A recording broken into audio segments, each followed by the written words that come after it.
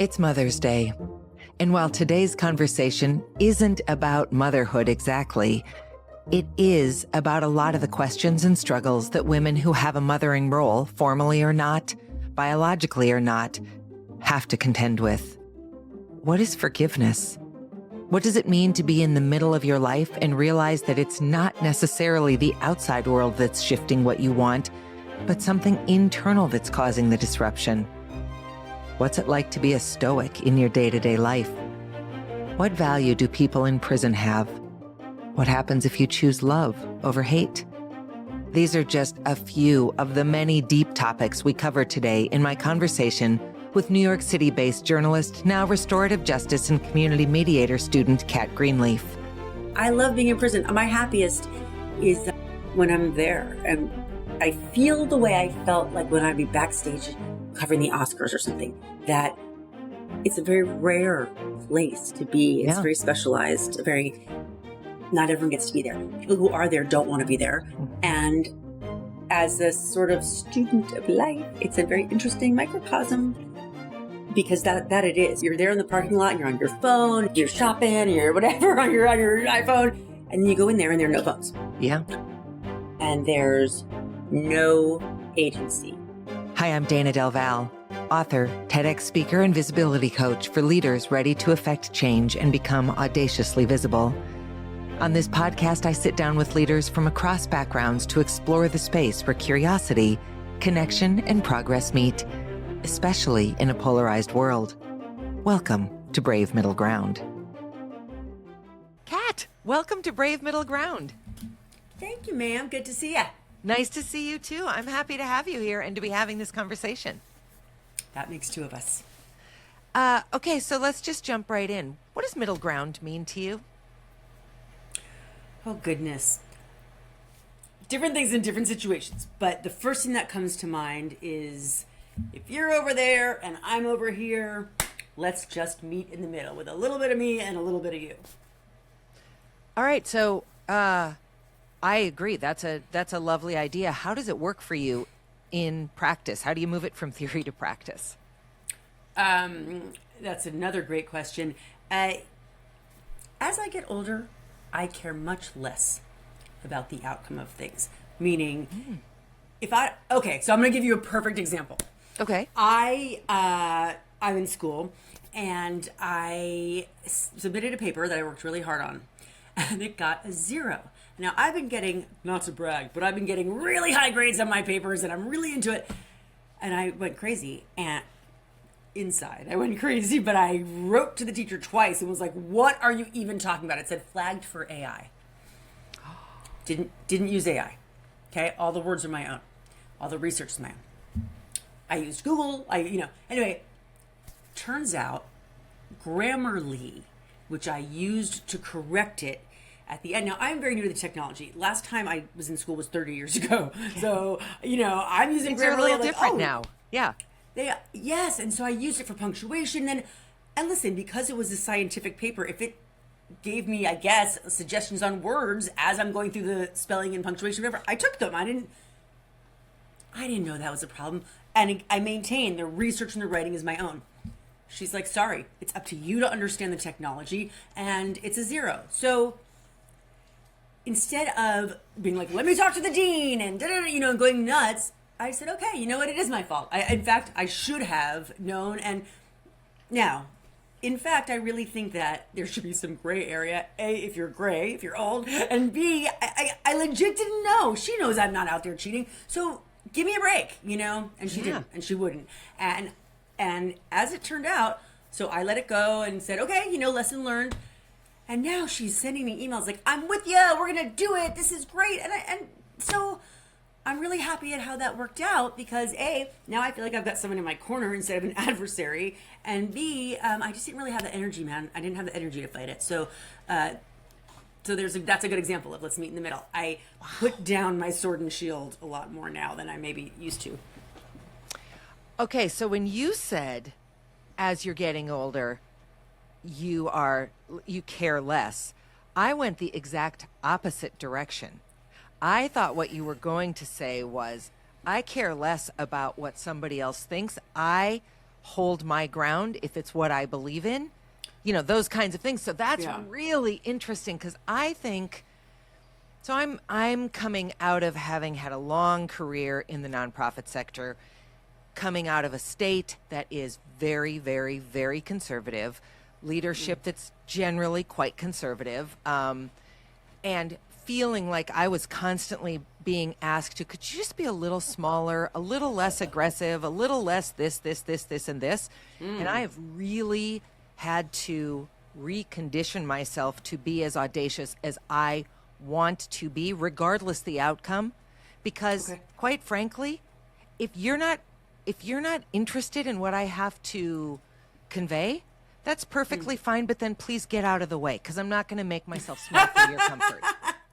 Well, fair enough. And that's why I started out by saying situation by situation. Yeah. If my kid, okay, so then here's another example to support what you're saying. My older son has scoliosis, and we went to one doctor who I instantly felt was trying to sell us surgery. And I didn't like him at all in the room. And then he called us. He called us a few weeks after to say, hey, man, I've got some openings in my schedule. Any surgeon that's calling you to schedule surgery, no good. That feels weird. So then we moved on, and another guy was fine, but kind of terrible bedside manner. And then the third guy we loved. And I'm not just going to roll over and say, oh, because you think we should have surgery, okay. Oh, and if it's in your schedule before Christmas vacation, great, we're in. I'm not doing that. So if it's about my kid, I'm with you. I care less. You can go F yourself. We're sticking to the course. But if it's something, so the stakes matter. How high are the stakes, and what are the stakes? So middle ground can mean different things. I also, sometimes I mediate cases, community mediation, and the place I trained, their tagline is, let us get in the middle. And, that's another thing, right? If you're talking about mediation, median, middle, you want both sides to come to the table. And frankly, each of those sides has to give something, has to leave something aside in order to come to the middle. So that, I think, is the through line. You leave some of yourself, or you leave some of your beliefs, you leave some of your hopes in order to get to something that works. All right. I will give that point. I don't know that I'm very good at it. There is some irony to me having named this podcast Brave Middle Ground when I'm not very interested in the middle.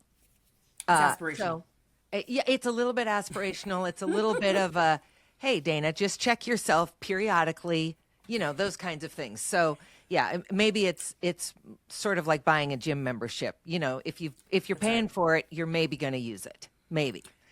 Maybe. If I had an aspirational podcast, it would be stoicism. I wish I was a stoic. Okay, say more. I'm fascinated by the Stoics, and I do not aspire to be one. Here's why I love it. And maybe Buddhists do it too. It doesn't bother you. The things don't bother you. You take it at face value. You let it roll.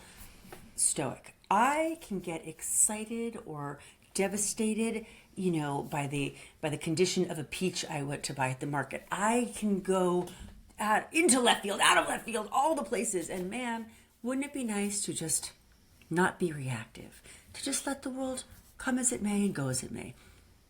That's not how I don't know if it's about coming and going as much as it's about just not going cuckoo.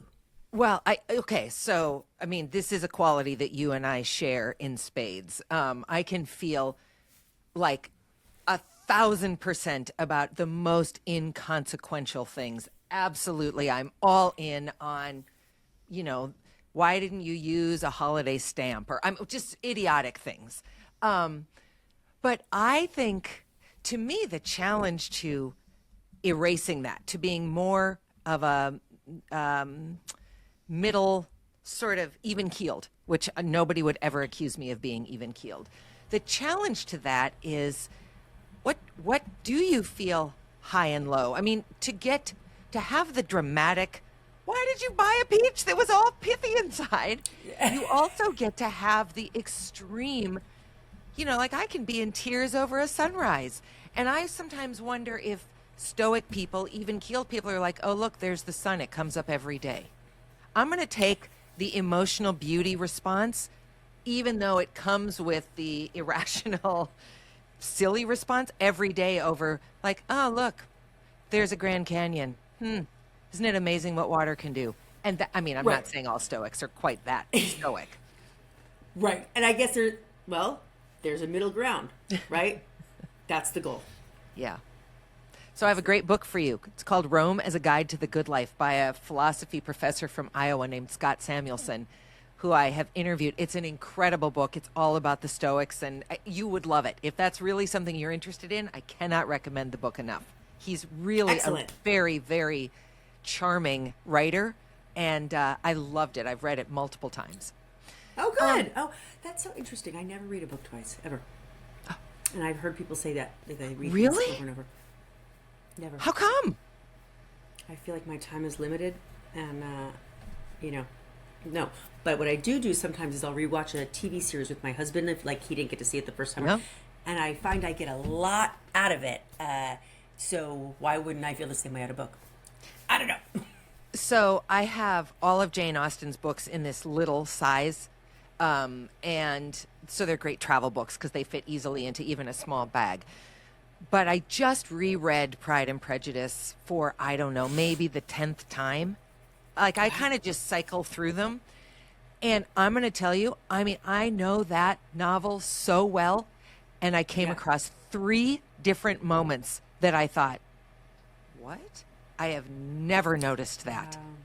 So I think it's interesting because I think I'm the exact opposite. I will reread my favorite stuff because I feel like, oh my gosh, there's not a lot of time and I want to really know this. So isn't that cool. fascinating? Yeah. Okay, Different so tell- strokes. yeah, you've had a cool life, don't you think? Yeah, I love my life. Yeah. love So let's talk a little bit about some of the cool stuff you've done because you've had a big, interesting public life. I didn't know anything about this mediation stuff you do. I mean, I don't know you that well, but let's talk about your spending time with famous people for whatever that's worth. Well, that was an accident for real. So when I was a features reporter at NBC, at WNBC in New York. And I had been kind of a New York features reporter since I got started in the business in, let's say, the early aughts. And listen, full disclosure, I love New York City. I always said that my blood beats at the rate of this town. As a reporter and the types of human interest stories I did, I got to get into every corner, every nook and cranny of this town, and I was never disappointed. It was never meh. It's always, I love everything about it, every molecule. So getting to do these jobs and be a part of the fabric of this city was my greatest honor. And so when my first son was born in 2009, I really wanted to be home with him, but there was no way I was giving up my job as a features reporter at NBC. And an idea hit me, well, we're going to call it Talk Stoop. We're going to talk to local figures. At that time, I had a seltzer delivery guy, Eli the seltzer guy. I had a very charismatic UPS guy who was a Russian guy, and he was smoking, and he had his shirt open and like chains, and when he would come to the door, I'd open the door, and my bulldog would run, and he'd go, "Hello, Fatas." Like, it was just so beautiful. I loved him. He loved her, and there was a great relationship. I had a postman who was a nut. Anyway, so I was like, we're going to talk to these folks. And then pretty early on, I bumped into Rosie Perez at a benefit for Latino AIDS. And I don't know what came over me because I'm actually pretty shy, but I said, hey, I'm doing this show, and I know you live in my neighborhood, and would you want to come and talk? And she said, yeah, I'll come over, I'll be on your stoop. And she came over, no Really sounded makeup, like her. nothing, and just said, she's such a cute, sweet lady. And then someone else saw the segment, Tommy Lee from Motley Crue, and he told his publicist he wanted to be on it because it was in the back of taxis at the time, Taxi TV, these little screens before everybody had little screens No, I in their remember hands. Taxi TV. Yeah. And so that was sort of a big deal, and that started the celebrity thing. I am not a pop culture person. I don't know a lot about celebrities. I do now know a lot about celebrity, but I don't know a lot about celebrities. I don't know who's dating who, whatever. And I never did. And that's why I think I was able to do the job well, because the questions I was asking were honest. I really didn't know. I didn't know what headlines tracked you in here. I didn't know, and so my husband sometimes laughs and is, did you just be lazy or did you really? But I did look it up because I didn't want to know. And it was a very different time in journalism. It was before, so my show was born the same year YouTube was born. Or I got my job at NBC the same year YouTube was born. Okay. And so it was a slow roll up. And it was well before social media. And so and it was well before podcasts. And so it really was a different kind of place. Celebrities came to my house, which was in Brooklyn. So they'd come from the morning shows, which are in Midtown Manhattan.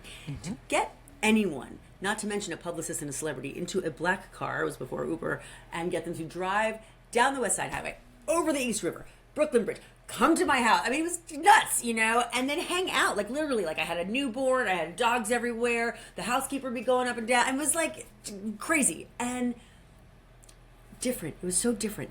Now, I think a lot of people host shows in alternative locations, making them not that alternative, right? So at the time, though, it really was alternative, and I didn't sit around and plot and plan, and there were no focus groups. Like, we just did it, and it worked, and it was physically, when you're sitting on a stoop, you're reclined, right? So already people are like chilled out. My dogs it started out with my mini dachshund Julio, and then later became Gracie, his famous bulldog, and so it was cool. It was weird. And like school kids would walk by and nobody cared. And I don't know, it was very different. So that was really fun. And I got to speak to, some of my idols, Mavis Staples.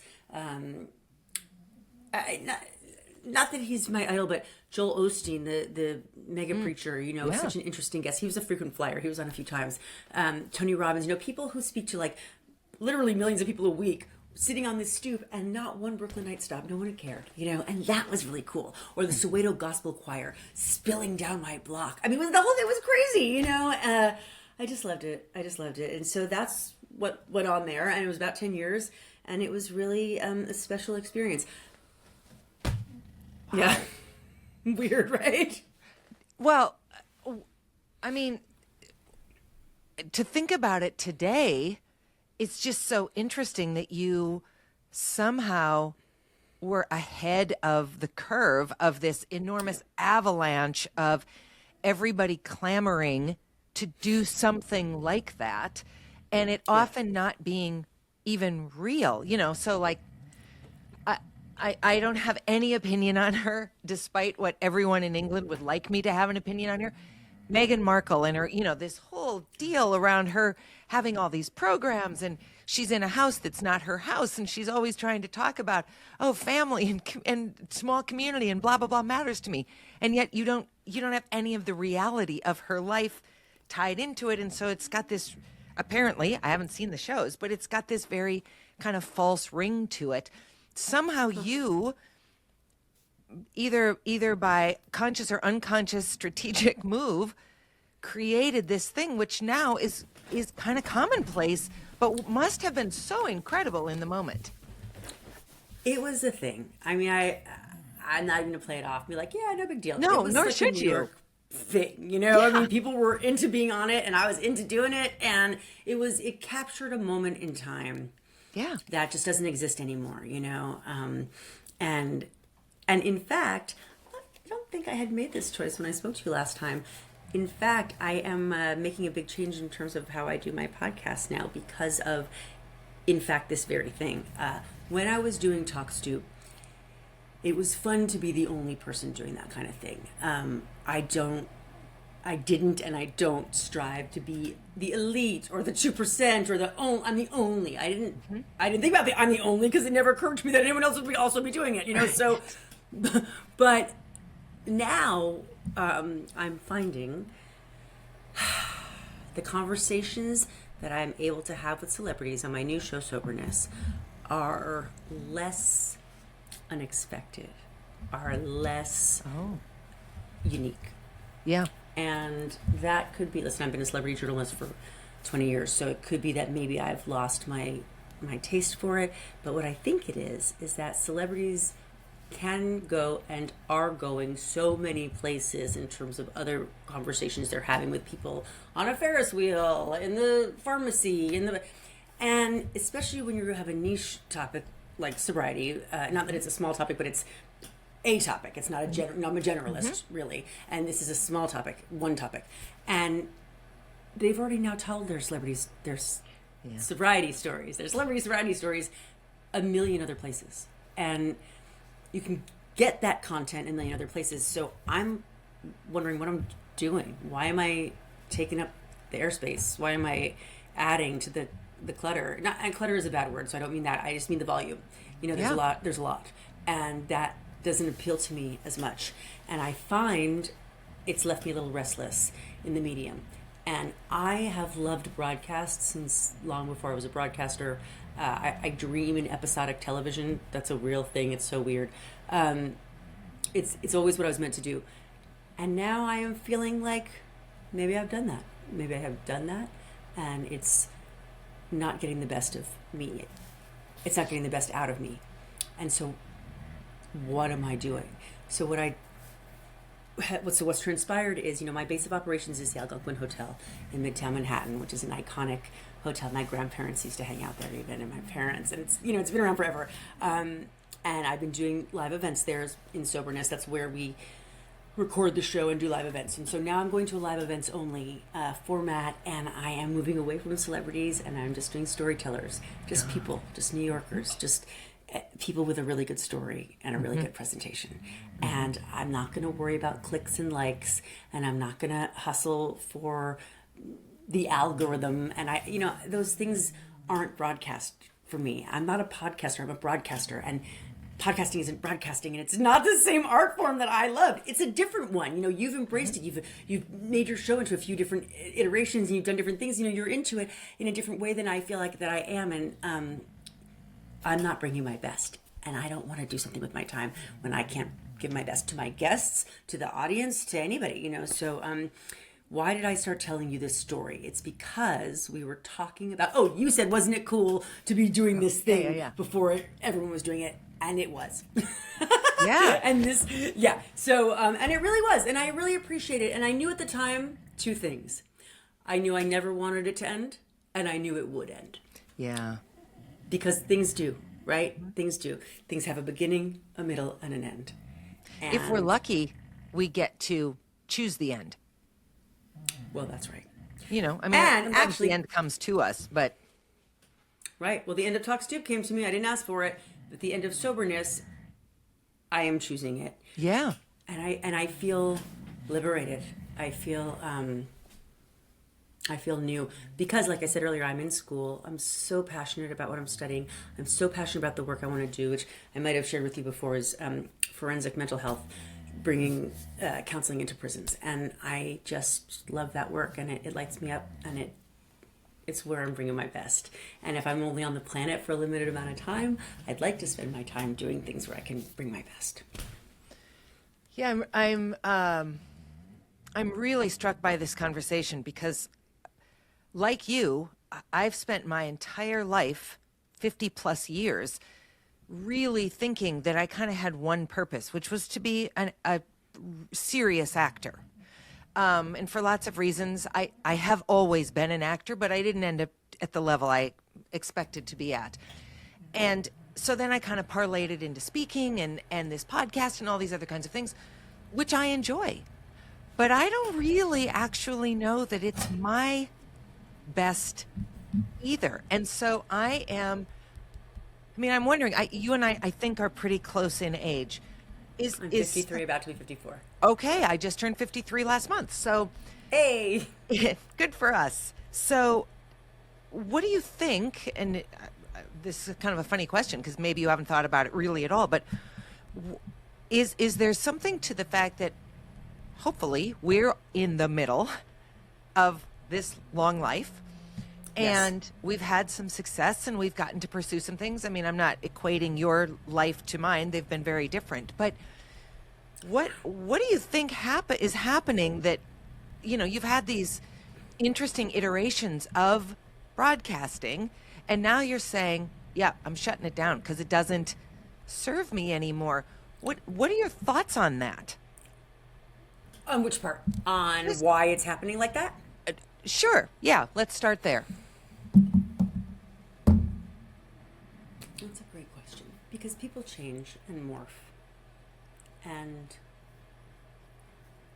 the world changes and morphs.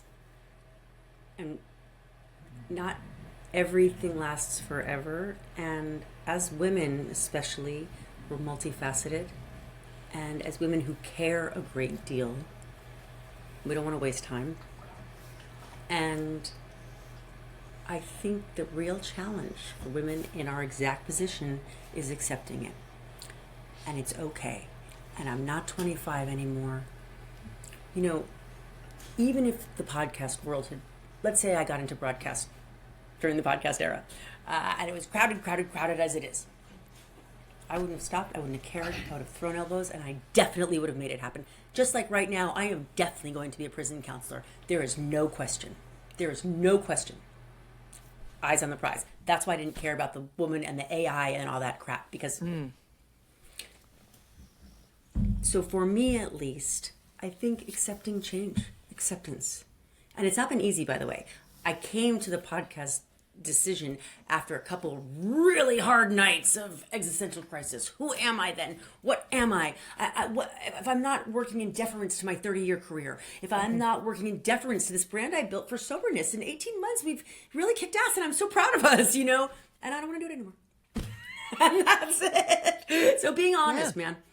Being honest is a part of it. And for me, and I can't speak for you, of course, for me, having a landing point, I'm going to be a prison counselor. It's very important. If I was I'm not really into the podcast, but where am I going to go? We'd be having a much different conversation. Yeah. What do you think?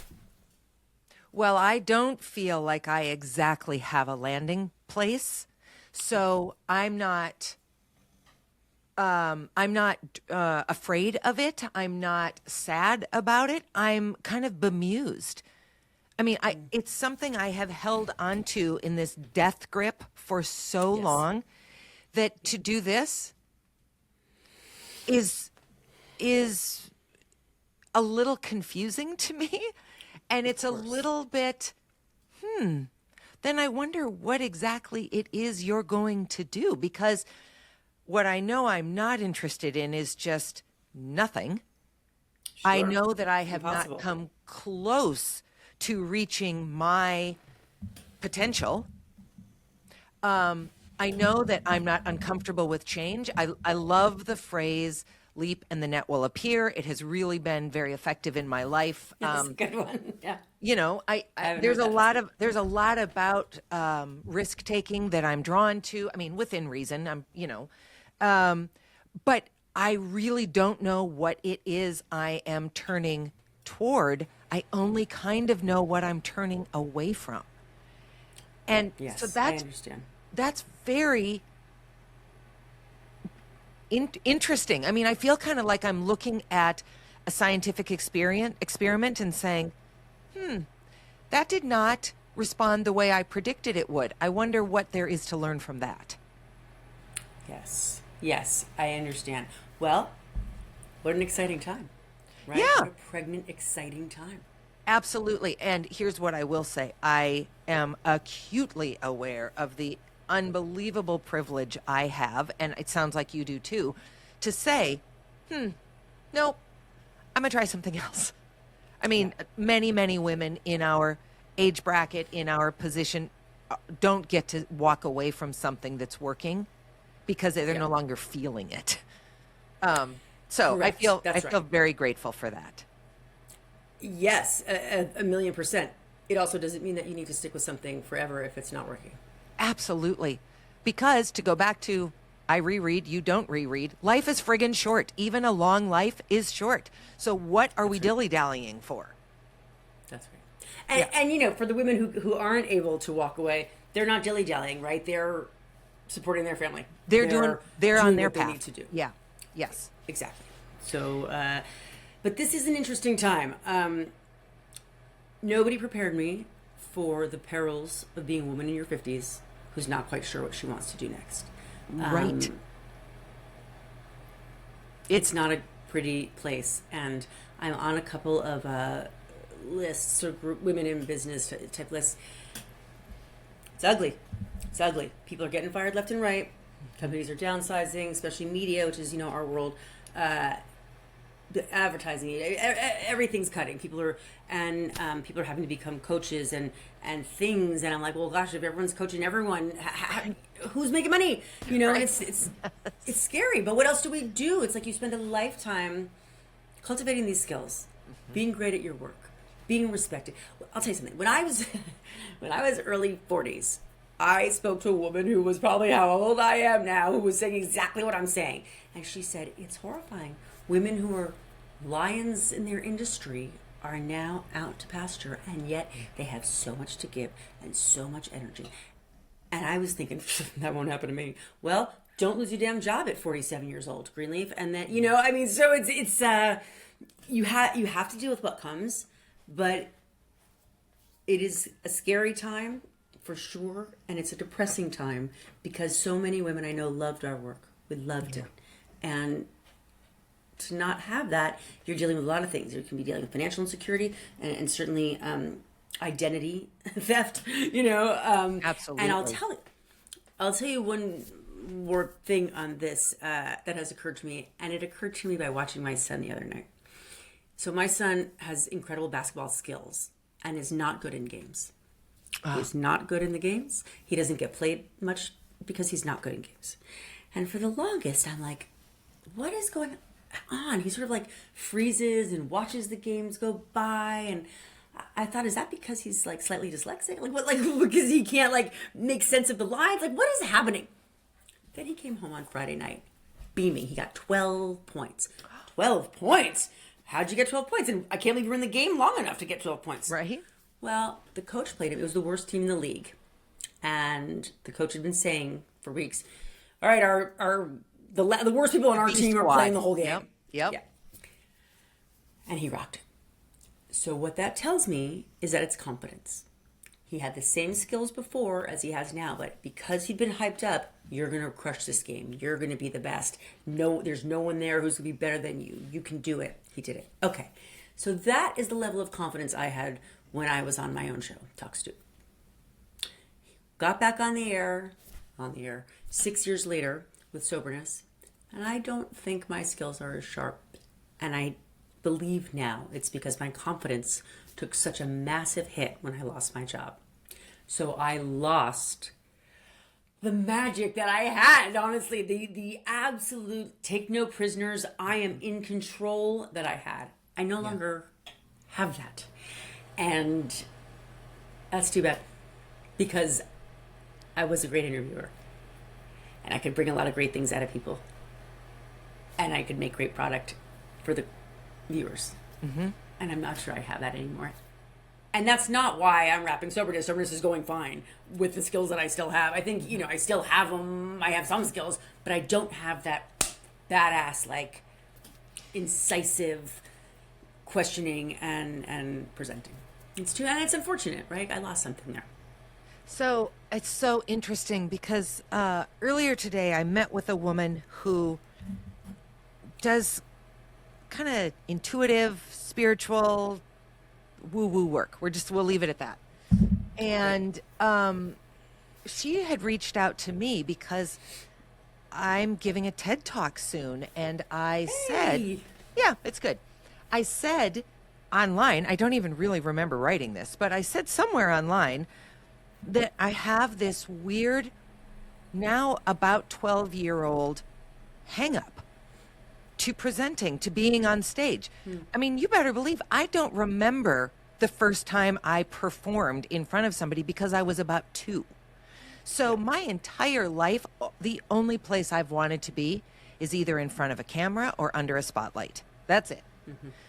And about 12 years ago, I had a fairly traumatic thing happen while I was doing a play. And it was essentially like the universe fired me, kind of.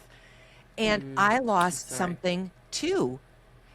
And I cannot figure out how to get it back. Now, she was quite helpful to me today, and I think I made some real progress. But I'm so interested to listen to what you're talking about, because what it tells me is you and I are very different people. We've had very different lives.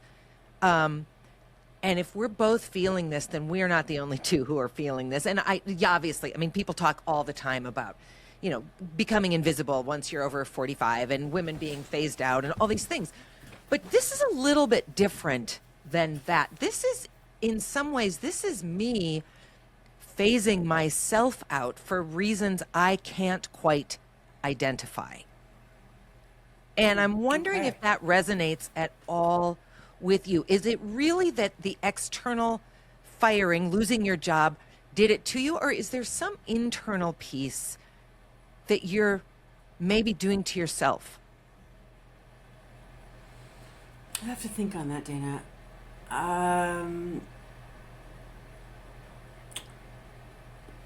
I don't know. I haven't thought about it. I mean, that it's a big way. question. It's a big question, and I don't want to give it a flip answer, so I need to get back to you on that. We'll do that on the nenext podcast. Yeah. I mean, listen, I think they're inextricable. It's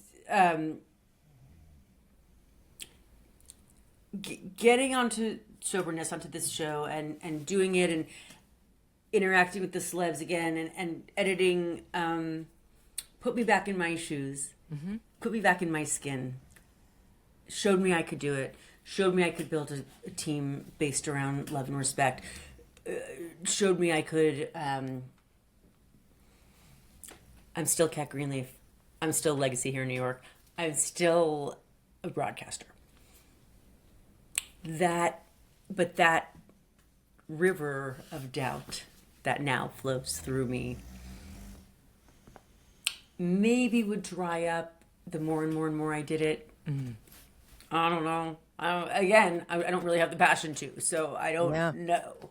I asked my husband and my producer if they notice this change, and they say no, so maybe I'm a good actor on top of it. I don't know.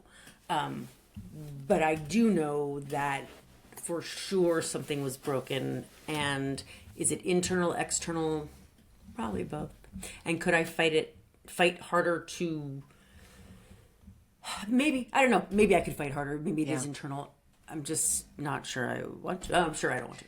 Yeah, that's exactly what I would say. I don't think anybody externally hears me speak or anything and thinks, wow, she's a shadow of her former self.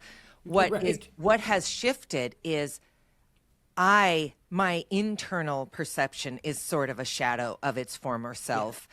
Yeah. And it doesn't feel joyful to me anymore. Right. And why would I do? I mean, first of all, I'm making no money. So why would I continue to do something that's not joyful? Well, that's what I came to. Because that's I just exactly have always said, well, this is what I do. Okay, great. Do something else. Right. This is what I did. Just change the sentence. Yeah. Move the tense. So interesting. Heavy, right? Such a big conversation that I think, I mean, as I'm listening to you talk about the woman who was our age 15 years ago, first of all, I'd love to know, where's she at today? Like, what's she thinking about today, 13-ish years into some sort of oblivion? Yeah. And maybe she's not still there, but that would be fascinating to know. But the second thing that I really think is, why in the hell are we all just taking this? Because I don't think we are. I don't know, because why are we still talking about it like it's a foregone conclusion? Well, once you hit 35, you've kind of peaked, and from 40 on, you're invisible. If we're buying into it, then I think to some extent we're perpetuating it. Well, I got to be honest with you. I don't actually agree with that. I don't feel invisible. I don't feel invisible, and I don't feel. Now, I'm not trying to get hired, right? I'm not trying to get hired in media, so maybe that's the difference. But I don't feel invisible, and I feel like it's about finding your groove where you want to be.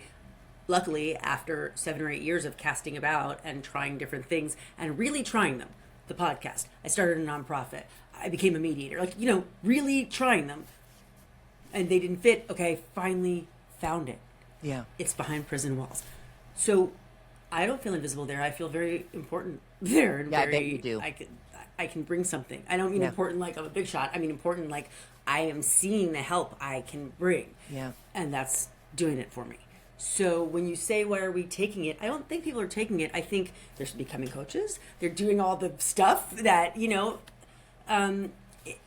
it seems to be part of the seasons of life if you're not a person who's found yourself in a secure job, or with a business that you started that's secure, and in fact what I would do to make this a productive thing for us, for people, is if anybody ever asked me, and I'm going to now ask myself, of advice to give to a young professional starting out, what I would say is, yes, get hired, get those benefits, get that salary, do what you can, but always have a side hustle. Always have your own thing that you own, Yep.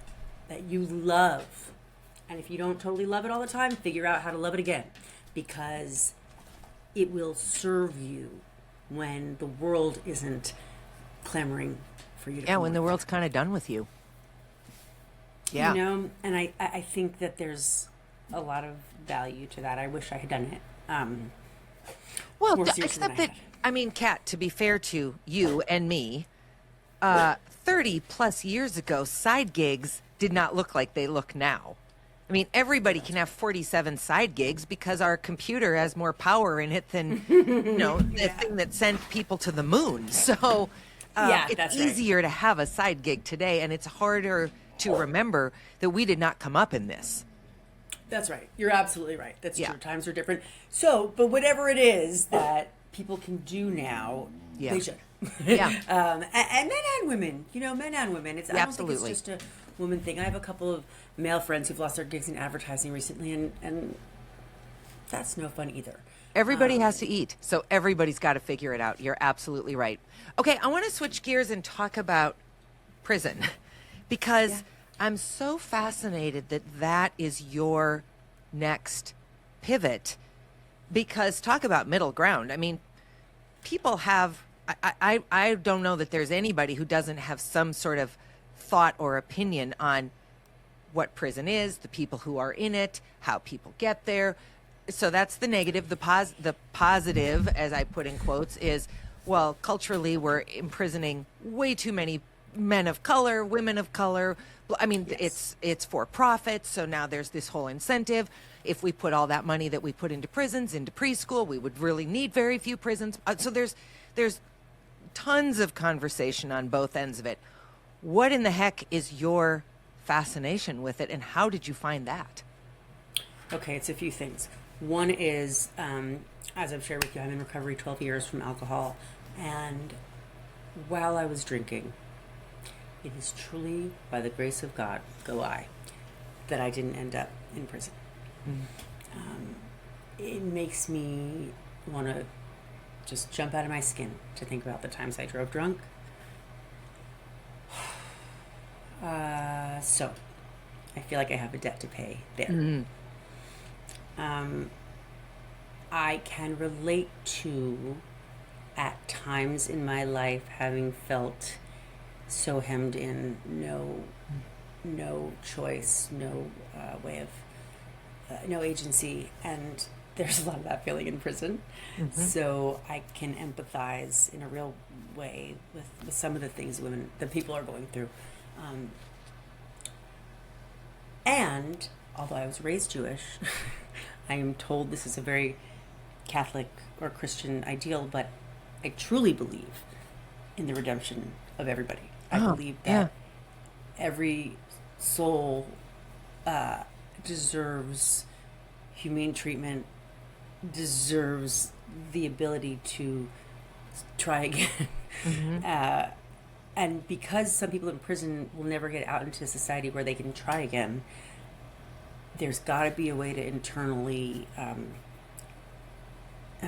get right with yourself, with God, with the world, and how do you do that? And I would like to be a helpful agent there. So it's really mostly based on my conviction on that. Now, prison gets very murky. Why? Because people are sick and they're mentally ill, and Addiction is high.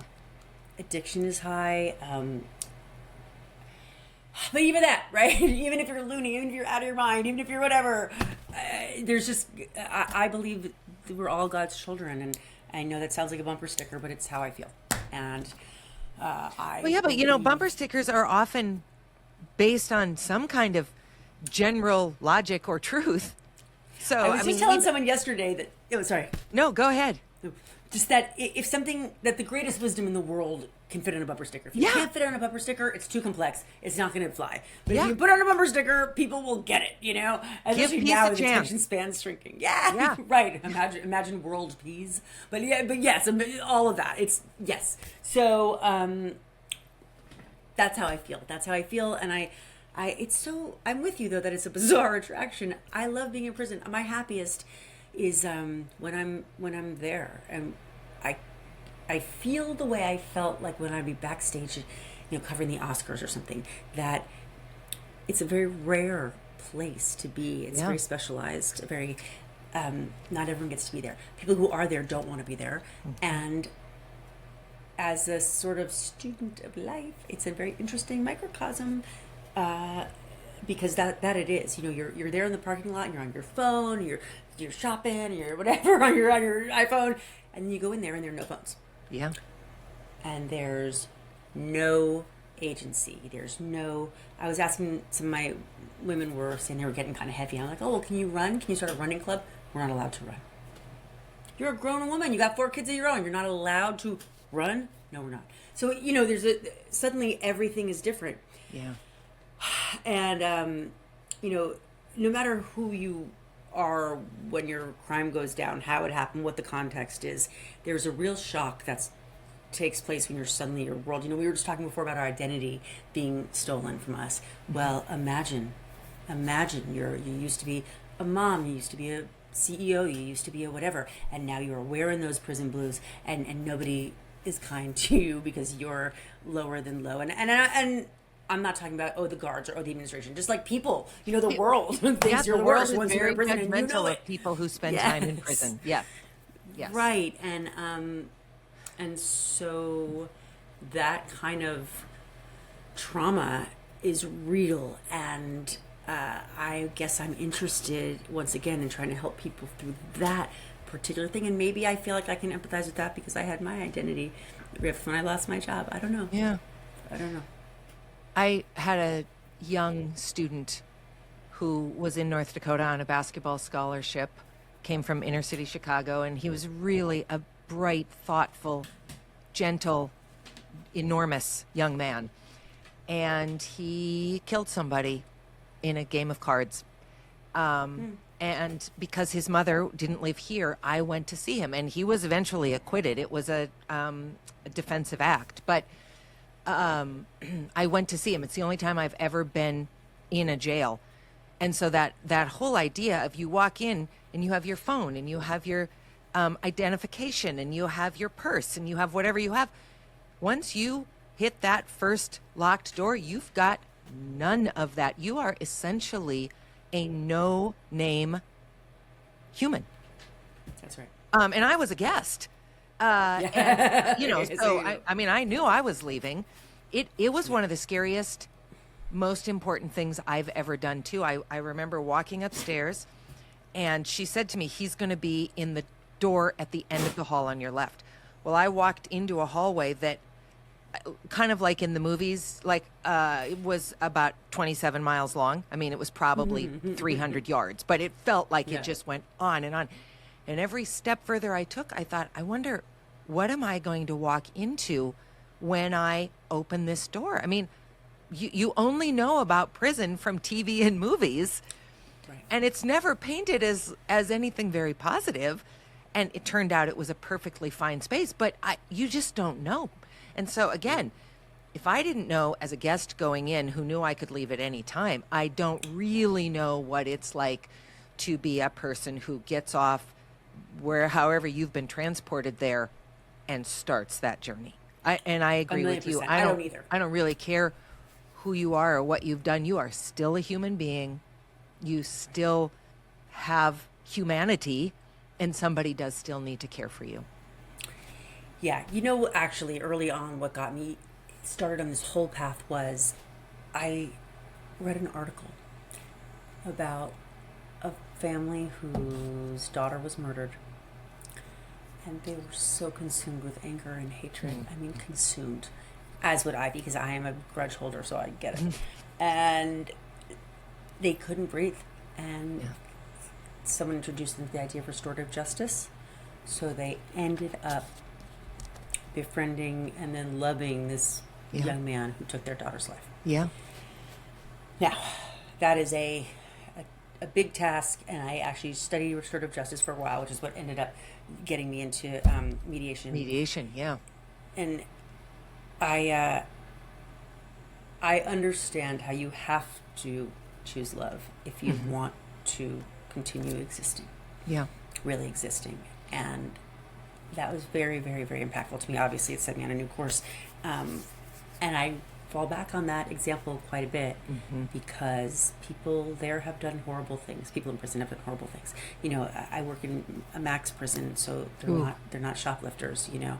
And they're women. My work with men is after prison. They're formerly incarcerated men. Okay. But in prison, I've worked in women's prisons, and they've done unspeakable things. Maybe when they were under the influence, maybe when they weren't, but it doesn't matter.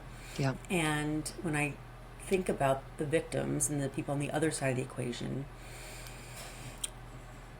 I guess and then when I speak to the women too about how are we going to get you out of this self-hatred, I fall back on this idea of restorative justice of if you have to choose love, if you have to see it that way, otherwise you will be consumed.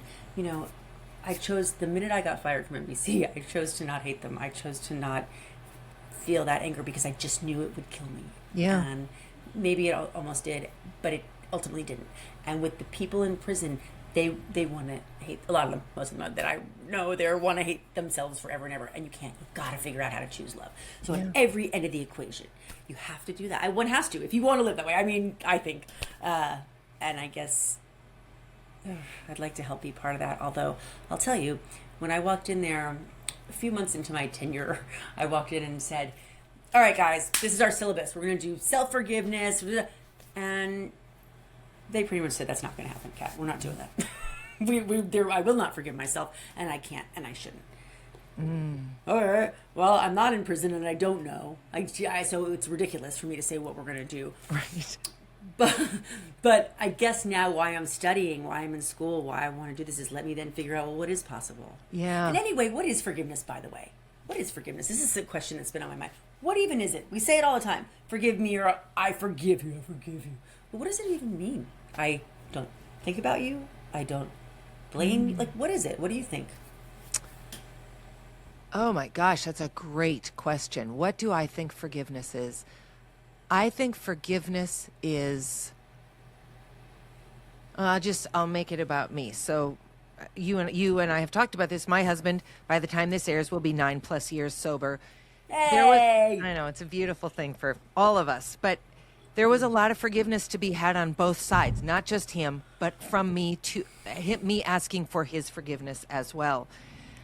I think forgiveness is when you can look at someone or something that has been really devastating, truly, profoundly devastating, and you can say, it's okay. It's okay. I don't know that it makes it right. I wish he hadn't become an alcoholic in almost every single way. On the other hand, we are so much better because we went through that. I'm not sure I wouldn't pick it again. Well, I think you can only get to that because of forgiveness. So I don't know. It's interesting. I don't know what the answer is. And I think it's probably unique to each circumstance and, driven by all kinds of things. Hey, you got a nice pup. Yeah, that was my three-legger. Oh, there we go. That's Neville. Hi, Neville. He's a Great Dane, my very best friend. Oh, my gosh. Neville's the size of your couch. I'm sorry for people just listening to this conversation. He's beautiful. Check out the video so you can see Neville. Well, Kat, on that note, I guess what I would say to my audience is just, what is forgiveness? I mean, what is more middle ground than that? To forgive someone for something large or small transformative or insignificant, what is more middle ground than to say, I forgive you, and to mean it? It's easy to say, And sometimes to yourself, hard to do. too. Yeah, and to yourself. Yes. Yes. Big thoughts. It's a lot of stuff to think about. So thank you so much for joining me. I have loved this conversation. Me too. And Thank you. I look forward to staying in touch. And to everyone else, we'll talk soon. Thanks for joining me on Brave Middle Ground. I hope today's conversation inspired you to be audaciously visible and embrace the power of the in-between as you lead in your business, your community, and your life. If you enjoyed this episode, please subscribe, leave a review, and share it with your network. Your support grows our community and keeps these meaningful conversations going. To learn more about Audaciously Visible coaching and support with me, head to daynadelval.com for free resources, upcoming events, and ways to work with me. Brave Middle Ground is mixed by Sound Advice, and our music is by Quinn Del Val. Until next time, I'm Dayna Del Val.